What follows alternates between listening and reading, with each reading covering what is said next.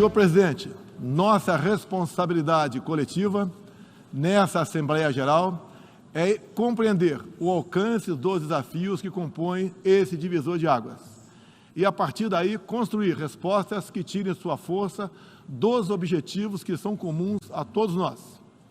A tarefa não é simples, mas, a rigor, não temos alternativa. Esse esforço tem de começar no interior de cada um dos nossos países. Antes de tudo, é aquilo que realizamos no plano interno que dá a medida da autoridade com que agimos no plano internacional.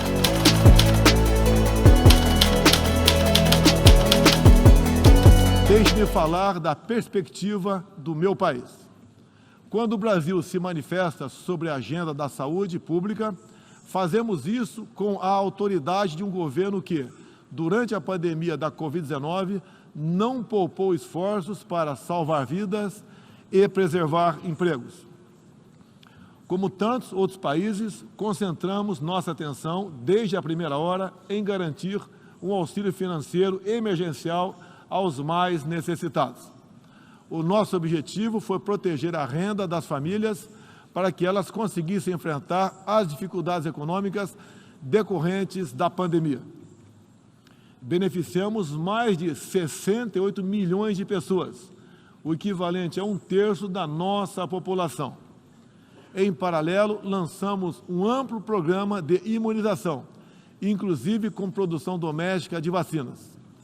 Somos uma nação com 210 milhões de habitantes e já temos mais de 80% da população vacinada contra a Covid-19. Todos foram vacinados de forma voluntária, respeitando a liberdade individual de cada um.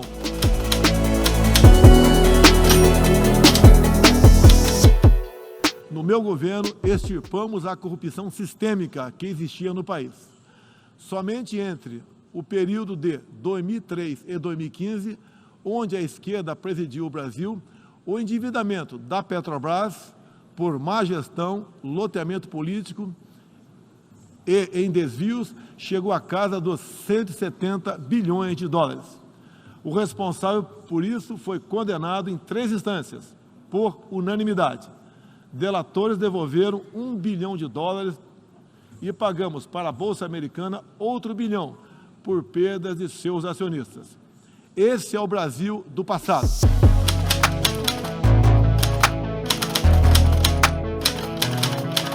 É isso que vemos, por exemplo, na produção de alimentos. Há 4 décadas, o Brasil importava alimentos. Hoje, somos um dos maiores exportadores mundiais. Isso só foi possível graças a pesados investimentos em ciência e inovação, com vistas à produtividade e à sustentabilidade.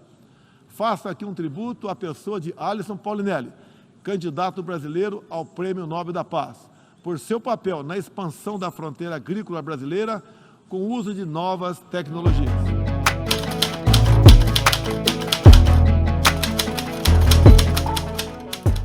Este ano, o Brasil já começou a colheita da maior safra de grãos da nossa história. Estima-se pelo menos 270 milhões de toneladas. O Brasil também, em poucos anos, passará de importador a exportador de trigo. Para o período de 22-23, a previsão é que a produção total ultrapasse os 300 milhões de toneladas.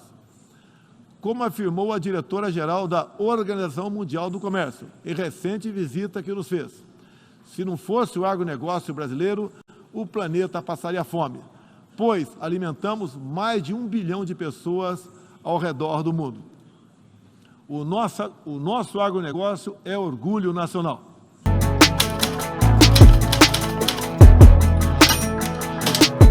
Dois terços de todo o território brasileiro permanecem com vegetação nativa, que se encontra exatamente como estava quando o Brasil foi descoberto em 1500. Na Amazônia brasileira, área equivalente à Europa Ocidental, mais de 80% da floresta continua intocada, ao contrário do que é divulgado pela grande mídia nacional e internacional. É fundamental que, ao cuidarmos do meio ambiente, não esqueçamos das pessoas. A região amazônica abriga mais de 20 milhões de habitantes entre eles indígenas e ribeirinhos, cuja subsistência depende de algum aproveitamento econômico da floresta.